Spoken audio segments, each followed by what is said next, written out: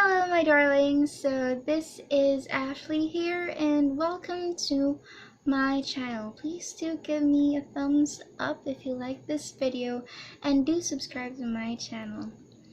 So what we're gonna do today is not the usual makeup tips or makeup thing that I do. So because magsasalita tayo about moving on, the 3 stages of moving on. So disclaimer, guys, this is only my 3 steps. I wrote this down because I realized and I have observed that these are the usual steps, or like summary of the steps to moving on. This is inspired because my friends who are actually moving on, and to those people na I know who are going through that stage, this is like a reality check that everybody will realize, and alam nila na they are going through this. Okay, so let's move on. And now we have stage 1. As I call it, is the grieving stage or the crying stage. So this is what I wrote actually in my notebook. So this is where you feel most vulnerable, most difficult stage, dahil marami kang maiisip at maaalala na it's like your heart is going to burst sa sakit na nadarama mo. So yeah, it's the stage where you just let it all out. It's like, eto yung stage na we cry in bed, we don't like to talk to anybody, and we just cry it out. Sometimes, pag hindi natin ika-cry out ito, ang disadvantage nito is just keep it to yourselves, and we will literally burst and snap afterwards if you don't cry. I mean, guys, crying doesn't make you less of a person, so just cry it out loud. Or yeah, so advice, let it all out. Let it all out, and in some way you will feel a little bit better. I'm not saying that it will take all your problems away, and yeah, that is the stage 1, which is the grieving stage. So stage 2, denial stage. This is what I wrote here. No matter how much you say na okay ka na, deep inside, alam mo na nasasaktan ka pa rin. Like the situations where you see him, and then you say to your friends, okay lang ako, it's okay. Pero you're just denying yourself.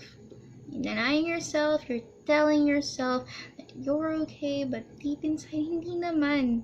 Magpakatotoo ka, girl or boy, or whoever is watching this. Magpakatotoo kayo, dahil the more you lie to yourself, the more na hindi ka mag-move on, at sinasaktan mo lang din yung sarili mo.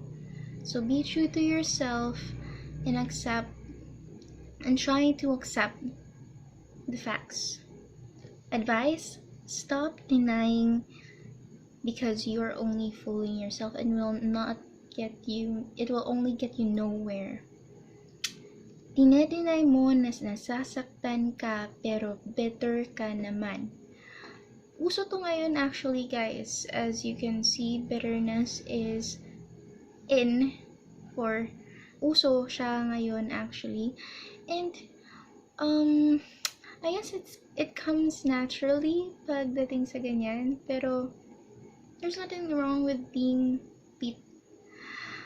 actually there's something wrong with being bitter, but just try to transform that bitterness into betterness, which here I quote, Stop being bitter and start being better.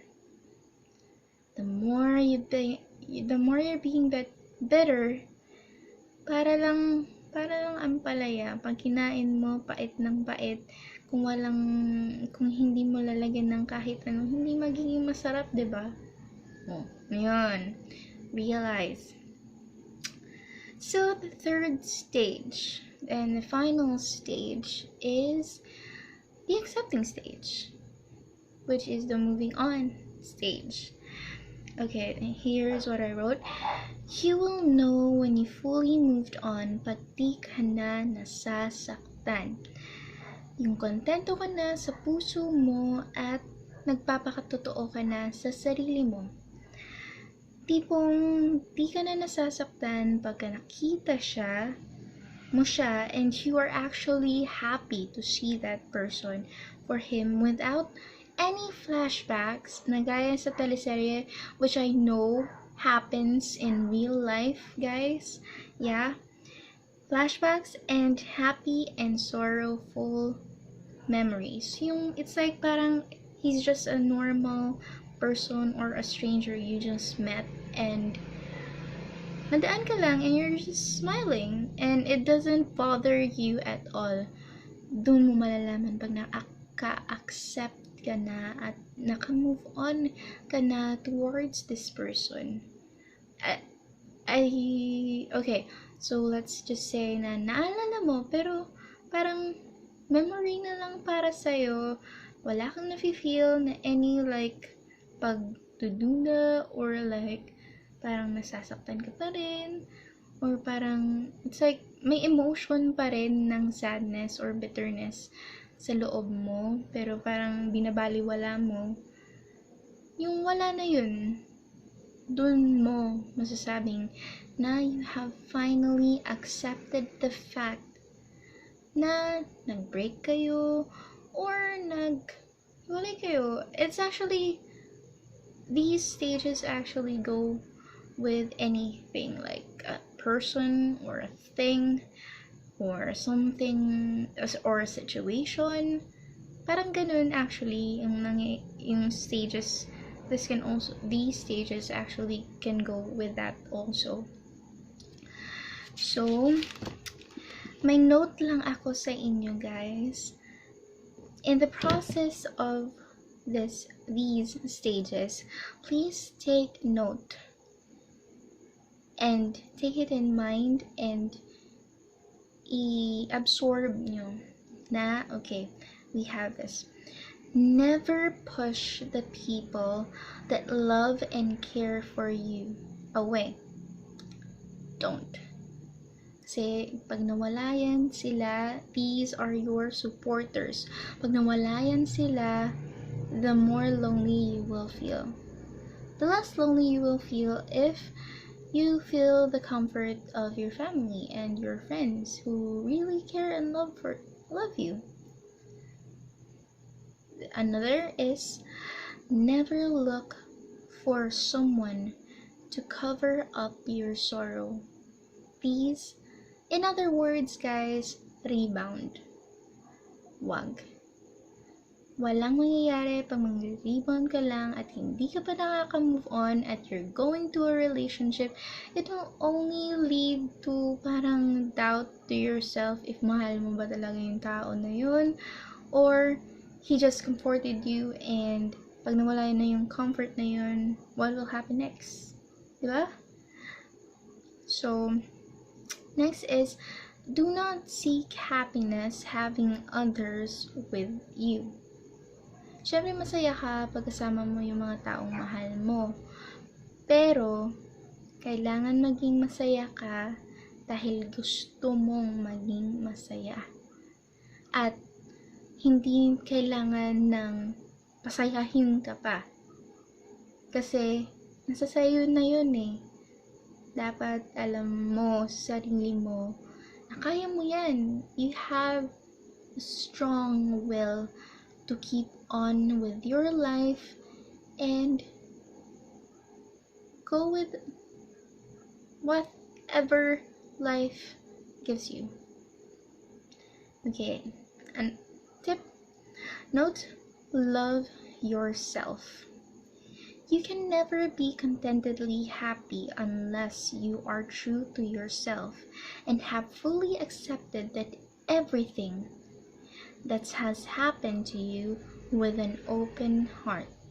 So, buo sa puso mo dapat tanggapin na nangyari ito sa'yo, na there is a reason for this to happen sa'yo. Kaya, wag mong wawalain yung sarili mo.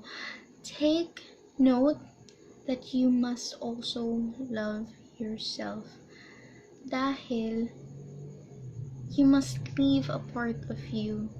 If you ever be in a relationship, guys, leave a part of yourself with you. Do not give it all away. Kasi ang mangyayari yun, masisiraan ka lang ng ulo. Which actually, you can see on TV, which actually also happens in real life. Okay, remember that crying is a natural thing. It doesn't make you less of a person if you do. So again, iiyak mo lang pag in the grieving stage, iiyak mo lang yan. Kung may maalala ka, iiyak mo if you're tired of crying. And so just like think of positive thoughts na makakapagtulong sa'yo. So, ito isa, do not seek revenge. It will not do you good, and it will only lead you to nowhere. What's the use of revenge if wala namang mangyayari? Ikaw lang din yung masasaktan. Ikaw lang, it's like you're putting too much effort on hurting someone. Sometimes it doesn't work, and sometimes if it does work, parang pa-effort ka ng pa-effort para lang masaktan. So, kinda useless, right? So, yeah. So, another is pray. God is your best listener. He will always make you feel the comfort that you need in some way. Maggagawa at gagawa siya ng paraan para ma-feel mo na comforted ka. It's like the words He will use your like family or your friends na may magko-comfort sa'yo at that time, or basta it's unexplainable. So just try to realize it, guys. He is always there, and you can always tell him anything. Another tip, if you don't feel like talking to anybody physically, like your parents or family, if you don't feel like talking and you just wanna say it, everything, lahat-lahat, at wala kang makausap, write it down. Like a diary. I know, like, it may seem strange, but it actually works.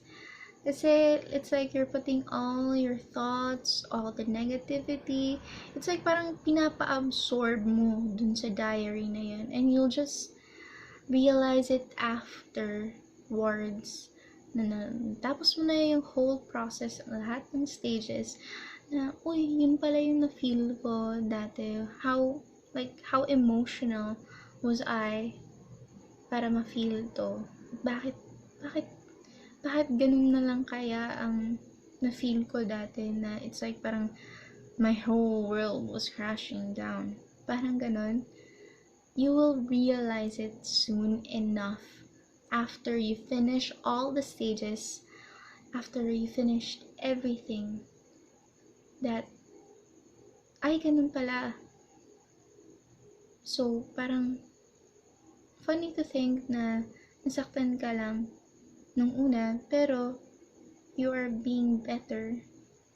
Maraming dadaan sa buhay mo na pangit, pero may kapalit na isang magandang paraiso. Exaggerate lang, guys, pero it's actually like amazing to think that with every door that closes, there will always be another that will open. Totoo yun, actually, guys. Every opportunity may darating, at pag tinake mo yun, it will give you experiences na will make you stronger. Masaktan ka man, it will make you stronger. Maging successful ka man, it will also make you a better person. And always remember, guys, to stay humble. Sa punto na yon, dapat maging humble ka sa sarili mo. In every step of the way na nabubuhay ka, maging humble ka, because everything is not, what do you call this, permanent. At there will always be someone who is greater than you. For example, Papa Lord. He is amongst greatest of everything. Like, you're just starting. Syempre, kailangan humble ka. When you get to the top, stay humble. Because meron at meron pa rin, guys. Meron pa rin mas hihigit na mas magaling sa'yo. We people, we human beings are unique beings. May strengths and weaknesses tayo. Kaya, just try to accept it. So, actually, may isa pa akong notebook na sinulatan ko about like moving on thing. Pero, yan lang yung nasulat ko kanina while I was like absorbing what my friend was feeling. Kasi, parang, syempre, as a friend, nasasaktan ka din. Pero, kailangan mo maging strong at like, comfort her as na in the best way you can. Kasi, yun ang tunay na kaibigan. Do not be a friend that just leaves. And kahit na busy ka, guys, kahit na busy kayo, if talagang friend mo, syempre, you will find a way to comfort her or him, both ways. So, that is all for now for that talk about the 3 stages of moving on, which is only my summary. Please, if you like this video, please give me a thumbs up. And please do subscribe to my channel. I will be talking about different topics, not only moving on, but maybe some makeup tutorials or some different things altogether. I'm not sure. Depende sa mood ko. Depende sa mood ko, guys. So, yun lang ang realization for today. So, bye-bye, my darlings. See you soon.